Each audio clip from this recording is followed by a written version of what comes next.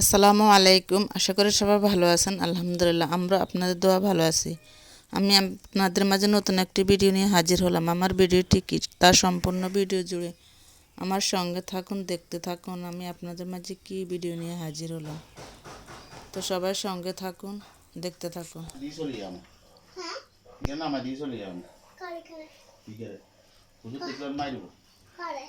দেখলাম হুজুর তুই গেলে দিল্লি আনছো, তুই দিল্লি আছো, তোরা আরো ফিরে দিব গিয়ে আগে অন্যদিন বাড়ি হুজুর আমি দিলে মার দিব কে হিলে যাবো জানা লাগতো না ইগারে কেন হলো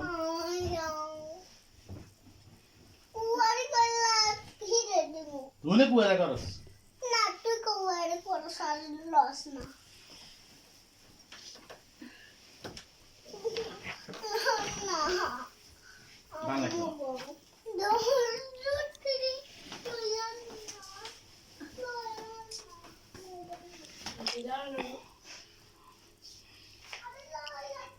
জানা লাগতো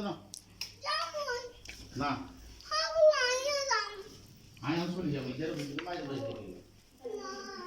ঘরে কোনো মেহমান নাই, সকল মেহমান চলে গেছে।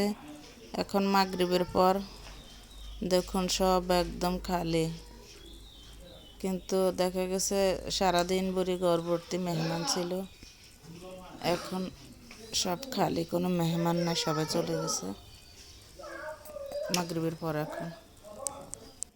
আর এইদিকে ফাহাদের মাদ্রাসারও ছুটি গতকালকে শেষ হয়ে গেছে। এর আগে ছিল অসুস্থের কারণে ছিল এক সপ্তাহ ছুটি, এরপরে আবার বন্ধ দিছে। মোট 15 দিন ফাহাদ বাড়িতে ছিল। ফাহাদ আল্লাহ দিলে একটু সুস্থ হয়েছে। হুজুরে ফোন দিছে অতি তাড়াতাড়ি ফাহাদকে মাদ্রাসায় পাঠাই দেওয়ার জন্য।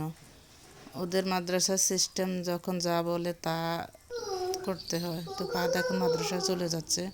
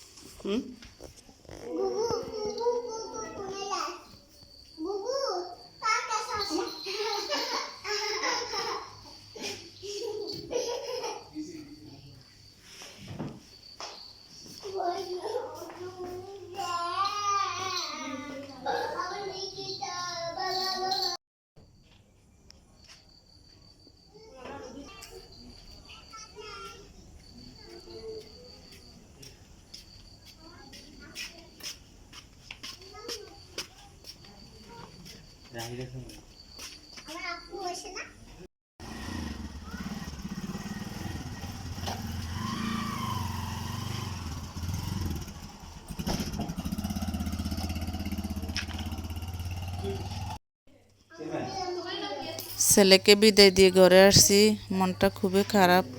আজ 15 দিন ছেলে বাড়িতে ছিল। যেদিকে তাকাইতাম ছেলেকে দেখতাম, হয় এই রুমে, না হয় ওই রুমে মোবাইল দেখতো, না হয় ছোটো বোনের সাথে দুষ্টামি করতো, না হয় বড় বোনের সাথে। একটা না একটাই। ও আবার বাহিরের আড্ডা কম দিত, সবসময় ঘরে থাকতো। আমার ছেলেটা একটু লাজুক, কারোর সাথে কথা বলে না। ছেলের জন্য খুবই মন খারাপ। আমার ভিডিওর কোনো অংশ যদি আপনাদের থেকে একটু ভালো লাগে তাহলে অবশ্যই আমাকে সাপোর্ট করবেন। আল্লাহ হাফেজ।